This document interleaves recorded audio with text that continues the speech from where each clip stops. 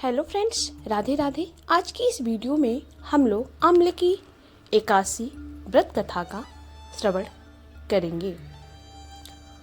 आम्लकी एकादशी फाल्गुन मास के शुक्ल पक्ष में मनाई जाती है।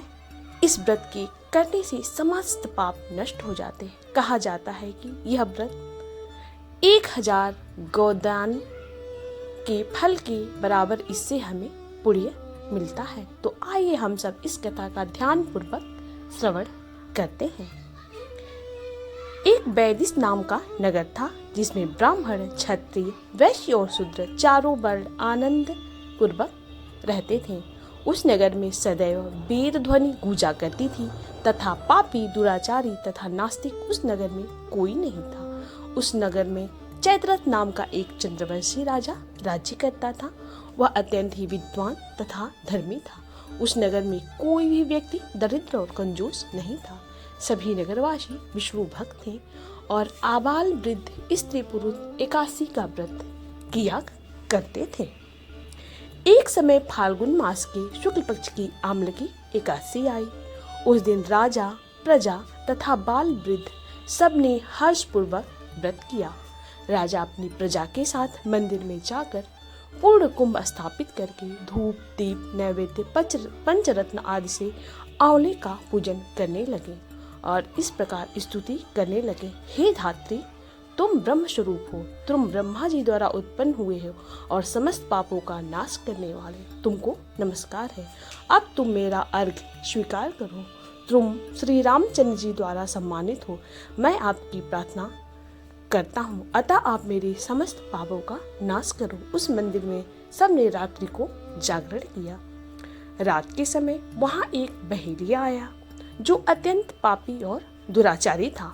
वह अपने कुटुंब का पालन जीव हत्या करके किया करता था। भूख और प्यास से अत्यंत व्याकुल वह बहेलिया इस जागरण को देखने के लिए मंदिर के एक कोने में चुपचाप बैठ गया और विष्णु भगवान तथा एकादशी महात्म्य की जो कथा है वह सुनने लगा। इस प्रकार अन्य मनुष्यों की भांति उसने भी सारी रात जगाकर बिता दी। प्रातः काल होते ही सब लोग अपने घर चले गए तो बहेलिया भी अपने घर चला गया। घर जाकर उसने भोजन किया। कुछ समय बीतने के पश्चात उस बहेलिये की मृत्यु हो गई। मगर उस आम्लकी एकादशी के व्रत तथा जागरण से उसने राजा विदुरथ के घर जन्म लिया और उसका नाम बसूरथ रखा गया। युवा होने पर वह चतुरंगिनी सेना के सहित तथा धन्य धान्य से युक्त होकर 10,000 ग्रामों का पालन करने लगा। वह तेज में सूर्य के समान, कांति में चंद्रमा के समान, वीरता में भगवान विष्णु के समान और क्षमा में पृथ्वी के समान था। वह अत्यंत ही धार्मिक, सत्यवादी, कर्मवीर और विष्णु भक्त था। वह प्रजा का समान भाव से पालन करता था। दान देना उसका नित्य का कर्तव्य था। एक दिन राजा शिकार खेलने के लिए गया। दैवेक से वह मार्ग भूल गया और दिशा ज्ञान न रहने के कारण उसी वन में एक वृक्ष के नीचे वह सो गया। थोड़ी देर बाद पहाड़ी म्लेच्छ वहां पर आ गए और राजा को अकेला देखकर मारो मारो शब्द कहते हुए राजा की ओर दौड़े। म्लेच्छ कहने लगे कि इसी दुष्ट राजा ने हमारे माता पिता, पुत्र, पौत्र आदि अनेक संबंधियों को मारा है तथा देश से निकाल दिया है, अतः इसको अवश्य हमें मारना चाहिए।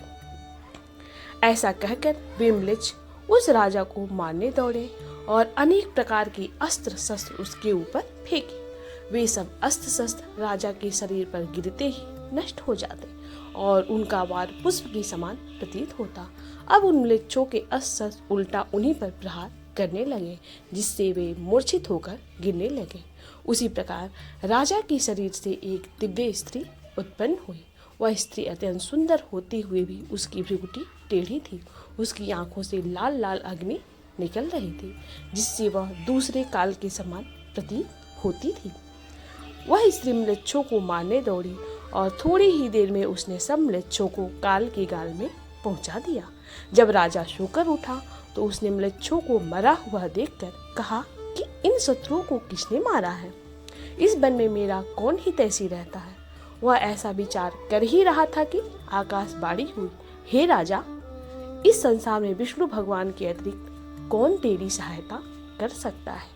इस आकाशवाणी को सुनकर राजा अपने राज्य में आ गया और सुखपूर्वक राज्य करने लगा।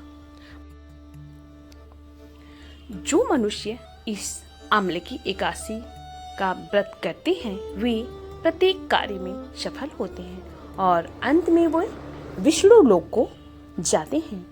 तो आज की यह वीडियो आम्ल की एकादशी व्रत कथा का है।